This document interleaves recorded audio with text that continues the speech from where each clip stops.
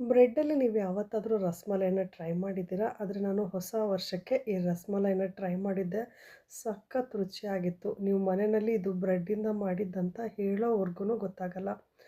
ಅಷ್ಟು ಚೆನ್ನಾಗಿರುತ್ತೆ. ಮಾಮೂಲಿ ರಸಮಲೈ ಟೇಸ್ಟೇ ಇರುತ್ತೆ. ಇದನ್ನು ಮಾಡ್ಕೊಳ್ಳೋದಕ್ಕೆ 1 ಗ್ಲಾಸಷ್ಟು ಹಾಲನ್ನು ಹಾಕ್ಕೊಂಡು ಪಾತ್ರೆನ ಬಿಸಿಗಿಟ್ಕೊಂಡಿದ್ದೀನಿ. ಒಂದು ಅರ್ಧ ಬಟ್ಲಷ್ಟು ಸಕ್ಕರೆ, ಸ್ವಲ್ಪ ಕೇಸರಿ ಹಾಕ್ಕೊಂಡಿದ್ದೀನಿ. ಸ್ವಲ್ಪ ಡ್ರೈ ಫ್ರೂಟ್ಸು ಬಾದಾಮಿ, ಗೋಡಂಬಿನ ಕಟ್ ಮಾಡಿ ತೊಗೊಂಡಿದ್ದೀನಿ. 1 ಪೀಸಷ್ಟು ಕೋವಾ ತೊಗೊಂಡಿದ್ದೀನಿ. ಒಂದು 2ರಿಂದ 3 ಸ್ಪೂನಷ್ಟು ಕಂಡೆನ್ಸ್ ಮಿಲ್ಕನ್ನು ಹಾಕ್ಕೊಂಡಿದ್ದೀನಿ. ಇಲ್ಲಿ ಕೋವಾ ಮತ್ತು ಕಂಡೆನ್ಸ್ ಮಿಲ್ಕನ್ನು ನೀವು ಸ್ಕಿಪ್ ಮಾಡ್ಬೋದು. ಅದ್ರ ಬದಲಿಗೆ ಸ್ವಲ್ಪ ಗಟ್ಟಿ ಹಾಲನ್ನು ತೊಗೊಂಡು ಅದನ್ನು ಚೆನ್ನಾಗಿ ಅರ್ಧ ಆಗೋವರೆಗೂ ಕುದಿಸ್ಕೊಂಡು ಸ್ವಲ್ಪ ಕೇಸರಿ ಹಾಕ್ಕೊಂಡು ಡ್ರೈ ಫ್ರೂಟ್ಸ್ ಹಾಕ್ಕೊಂಡ್ರೆ ಇದೇ ಟೇಸ್ಟ್ ಬರುತ್ತೆ.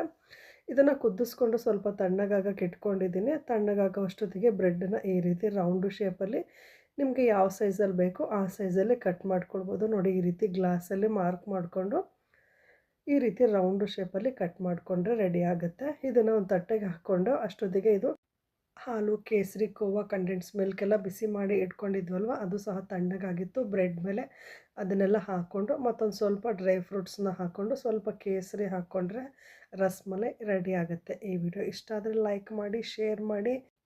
ಮುಂದಿನ ವಿಡಿಯೋದಲ್ಲಿ ಭೇಟಿಯಾಗೋಣ.